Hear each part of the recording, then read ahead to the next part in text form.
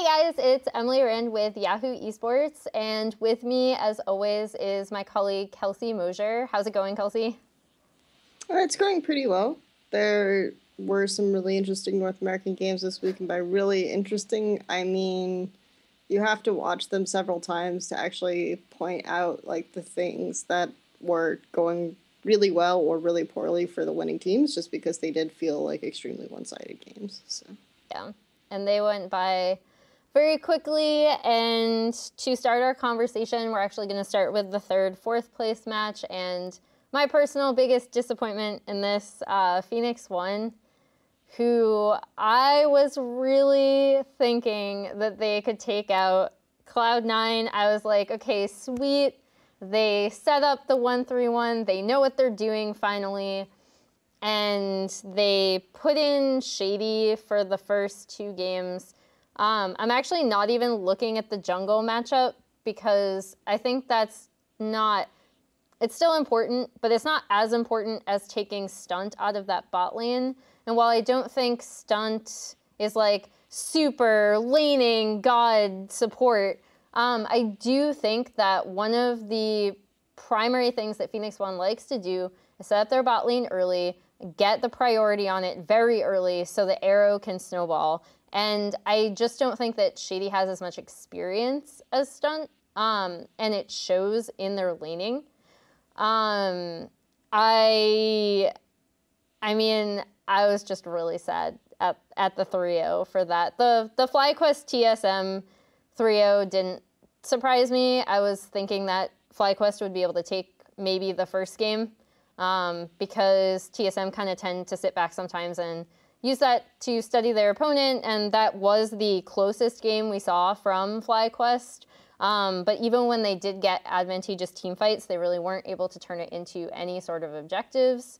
So now these two teams face each other, and I'm very up in the air about this matchup. I don't know if you have any strong opinions on either of these teams or how this series is going to play out. I think it's really difficult to say exactly how this is going to play out just because you want to give Phoenix One the benefit of the doubt. They've been a really strong team for so long, but I just feel like the team isn't necessarily used to the lineups that they're trying to throw in. And people did criticize Inori and really want Meteos to come in for things like not having a lot of pressure in the Graves matchup, but against Kha'Zix. But the thing is that, yeah, Phoenix One had the game plan to go for strong lanes like Shen and LeBlanc, but then I think that Cloud9 responded really well with picks like Gragas and Kassadin, because like even though people theoretically LeBlanc will have like a couple early advantages, eventually like Kassadin's breaking point to where he can trade effectively and LeBlanc can no longer break through the shield is actually pretty early. Just like kind of creative responses where that shut down a lot of Graves' opportunities and things like this. So I am not necessarily as critical of their decision to start Inori, like as you said. But that said, that doesn't necessarily bode super well for them against FlyQuest either, because FlyQuest have kind of creative answers to certain picks and things as well. And they've been setting up strong, like, solo lane matchups, like they had the Rumble Talon game and things like this. So I think that it's really difficult to see how Phoenix One will regroup with this kind of setup if that's what they're trying to run. But at the same time, I think that you do kind of have to give Phoenix One a little bit more of the benefit of the doubt, just because they do have a stronger sense of identity, and if they don't make these sorts of drafting errors, I think that they'll at least be able to get Arrow to a point where he can do well out of laning phase, even if he doesn't get snowballed upon. I don't necessarily think the Altec Lemon Nation matchup is going to just like be prohibitive to snowball out of control, though I do think that they have been playing like surprisingly well in playoffs. So to me, it still feels like Phoenix One. Yeah, I put down 3-2 Phoenix One just because I think these games have the potential to, as we've said previously about some FlyQuest games, they have the potential to be kind of long and drawn out depending on how Phoenix One are looking and what they decide to do. It's really frustrating to have a team like Phoenix One where their highs are so high. And by that, I don't just mean the fact that they win, but how they win through really smart use of pressure, objective training, and setting up that 1-3-1. It was really sad to me to see that kind of totally falter against Cloud9, like absolutely. But I'm still also giving it to Phoenix One. So moving on to the matchup that everyone is super excited to see again, it's Team Solo Mid versus Cloud9. Who's hyped? Ooh, but really, is it Team Solo Mid and Cloud9 again? I feel like it's a subtly different Team Solo Mid and Cloud9 again. Well, it's Team Solo Mid with Turtle and Team Solo Mid with Turtle and Cloud9 with Contracts. That's basically the same. I don't know. I still feel like Cloud9 is effectively the same team as they were last year. People say that they're better, that Contracts is more aggressive, but I still think that like what they're getting out of it is just strong lane matchups. Like Contracts can kind of do whatever he wants, even if it isn't always the most consistent or the most logical. And they run with it. And the coordination in terms of making side plays isn't exactly always there. I think people are saying it was better this week. I do think that that's true, but it was a very disoriented Phoenix One that also didn't seem to be in sync with their jungler very well. So I think that that's kind of a difficult benchmark. It's weird. It's weird to go again to this matchup just because I know one thing we've spoken about previously is how well Jensen and Contracts have communicated. And I actually have an interview that's coming out with Contracts later, but like I asked him about that and he's like, oh yeah, I thought we were terrible all split, except like this is, like he basically told me this is the first time that he's really felt like he's been a lot more in sync with Jensen, and it's definitely something they've noticed and have been working on. I think TSM is just going to be so much stronger of a test because even when Svenskeren was having those like really kind of pathing issues that he shouldn't have just based on previous performances of his own in previous splits. His beginning, again, was really shaky. I think Bjergsen does a good job of covering that up for the most part. And now you see a Svenskeren that, aside from that one play top that we're all going to kind of forget about, or maybe not, maybe you're going to bring it up as a point where Cloud9 could attack them, but because FlyQuest did capitalize on that. I think that the jungle mid duo is just still a lot stronger. I think this is a TSM team that, even though people are definitely saying like they're not as good as last summer's TSM, they're still, they've been more consistent. They've looked like more of a consistent top tier team in North America since about like midway through the season. I haven't really seen another team except an on-point Phoenix One that's actually like working together even come close to where TSM is at. So I do think C9 performed better, and I also think that, no offense to FlyQuest, but I think TSM, one of the reasons why they did look so strong is because that was a bit of an uneven matchup. I think there's a pretty, at this point with Phoenix One's performance, there's a pretty large gap between teams understanding in like the 3-4 position and then the top two, and then there's another gap between Cloud9 and TSM in my mind. So I guess the question I'd want to ask you is, of all situations, like how do you see, because I'm picking TSM, how do you see that Cloud9 could overcome TSM? I actually think that this matchup is going to be fairly close. I mean, a lot of people are really favoring TSM, but I do think that this matchup is going to be pretty close. I think that you're right in saying, like, the defining strength of Bjergsen over Jensen for me is just his understanding of how to work with his lanes and his jungler. Yeah. That's definitely, for me, the thing that makes Bjergsen the better mid laner overall. But the point that you've kind of touched on briefly is that TSM has struggled to just play around top and have had trouble with their bottom lane and integrating their bottom lane, whereas I feel like and getting their bottom lane to really work effectively for them in the early and mid game and just transition to take these sorts of objectives really well. Whereas I think that Cloud9 has one of the better bottom lane duos in the league, even if like the roams from Smoothie aren't always the most consistent and things like this. So I think that if they can snowball bottom lane, like Cloud9 have an opening there that is a bit exploitable, as long as, you know, Impact and Riot don't do anything like really strange and outlandish against Hanser that has been giving Hanser like a lot of strong leads, and then he like TP's bottom with the teleport advantage.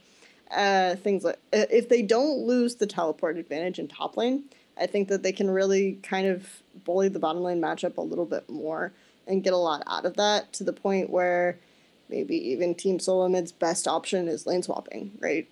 Where they get a top lane advantage and then they send their duo lane and they do this sorts of thing, and then they open the map, and then you're eliminating the really, really unlucky part of Team Solo Mid, like having much better coordination when they're moving between lanes in the early part of the game. And then Cloud9 can group more, which is what they like to do, and try to team fight with Jensen and use like an advantage on sneaky and things like this. So this is the scenario where I can see Cloud9 winning. I don't think NA teams have liked lane swaps that much, so it's not something that I see happening. Especially TSM, because I think I think they had enough struggle, like. So initially last split, back when, so not even the delayed swap that we're talking about now, but back when there was the standard lane swap, they had a really hard time. Like they would send Hanser back into lane at level 1 where he like couldn't do anything but die pretty much. And it was actually, it made him look really bad, made me feel kind of bad for him. But this split, I think when they have made mistakes playing around topside, it's been because this is the first time TSM has ever decided to play around topside. And I think they've steadily improved in that. Again, that one Svensk Garen invade kind of does stick out in my mind because it did give FlyQuest an unnecessary topside advantage. But I think on the whole, Hanser's really benefited from the team trying to facilitate more stuff around his lane. And I think this is a big if, but if Cloud9, were actually able to force them into that lane swap situation, it would definitely throw them off kilter for at least a game, because I'm not sure how well they'd adapt to that when they just kind of started to figure out how to play around such a strong top laner. And I feel like because of Fnatic this past weekend, I have to clarify, I don't mean level 1 lane swaps. Yeah, okay, yeah, we should say like the delayed swap, not trading swap. Kills for turret. The reason why, like, I feel like this could be a situation where Cloud9 aim for making lane swap the best case scenario for TSM. And if they don't lane swap, I think they can punish TSM a lot more, especially since I do think that Contracts has been coordinating with lanes a little bit better, can play off bot a little bit better. And then if TSM don't swap, I think that they're in danger in that situation as well. So I think that the best way for Cloud9 to win is to make it so that the best case scenario for TSM is lane swapping. So that's I feel like I should clarify that point because maybe I didn't make it extremely clear. Anyway, the point is that I think that that's where Cloud9 can look for advantages and make the game go much more in their favor. Is like try to take that bot tower early, things like this. So that's where I see Cloud9 taking maybe a game or two, and then the game playing out from there, because I do think that they have good lane matchups across the board and things like this that they can draft. And Cloud9's drafting has been really good, I think. I would say that Cloud9's drafting has been better than TSM's. Like, would you agree with that statement, or? I think TSM have taken a few more risks in draft, and I don't know, like, in terms of not risks as in when we talk about, like, FlyQuest risks, like picking random things to catch people off guard. I just mean, like, a losing matchup, basically. I think they've been playing around with that a bit more, and I'm not sure why that is. I'm not sure if it's just because they think that they can get away with it, or because they have such, like, I know every conversation I ever have when analyzing TSM always comes back to Bjergsen, but it's just because I think he's such a strong pivot point for that team, which basically allows them to be flexible in other areas. So when they are struggling with switching to play around top, last year when they were struggling with lane swaps, like, I know people kind of look at his performance specifically and say, like, well, he didn't crush lane, so actually he's doing really bad. And it's like, well, no, actually he's doing all these other things for the team that you can't even really see, that's kind of keeping them afloat when a lot of their other players are struggling into adapting to like a new role, or in this case, they're picking kind of weird matchups to come together and maybe later have a stronger team fight. I think for me, it's still just really difficult to see Cloud9 overcoming TSM, and it's mainly because I think what Cloud9, or a lot of the things I see Cloud9 try to do, are like what TSM tries to do with their jungle mid, but worse, just because they don't have as good of, and it makes sense. Like, I'm not trying to like slaughter Contracts or Jensen here, but like it makes sense because they haven't played as well together. And those things, those kind of like nuanced laning things, are certain things that I think sometimes Jensen eschews for just going for a really strong lane dominant performance. And that's what people kind of know him as. Whereas Bjergsen, and again, to return to why a lot of people sometimes say he's doing poorly, is because he will eschew trading in lane for other things. Anyway, the end result of me like rambling on about this comparison is that I think when Cloud9 come into this, they still will be trying to play that way, but slightly worse. The main difference, to your point, is that they do play a lot more around bot side, and they tend to just kind of leave, they sometimes leave Impact or Ray up to their own devices and then set up a 4-1 or have them join in through teleport for 5v5 team fights. So that might be something that they could take advantage of, just because TSM have been trying to play around top a little bit more to kind of, to your point, force them into delayed swap. I don't know. I still just don't. I think there's a world where Cloud9 does beat TSM, but I just don't see it happening, and that's why. Like, I'm calling it a 3-1 TSM. I still predict Team Solo Mid, because I think in most regards, Team Solo Mid are more developed. It's just that I do think it might be deceptively close. So just if they play through their lanes and they don't let Team Solo Mid, like, pinning down Bjergsen, I think would be strong, because I think Jensen does have a really good concept for the 1v1. So if Cloud9 managed to get their strong bot lane and strong mid lane matchup, I think that that's a world where you can see Cloud9 take a game. So, yeah, I think that I will predict Team Solo Mid, but I'm going to just say that there are scenarios where Cloud9 can win games. Okay, cool.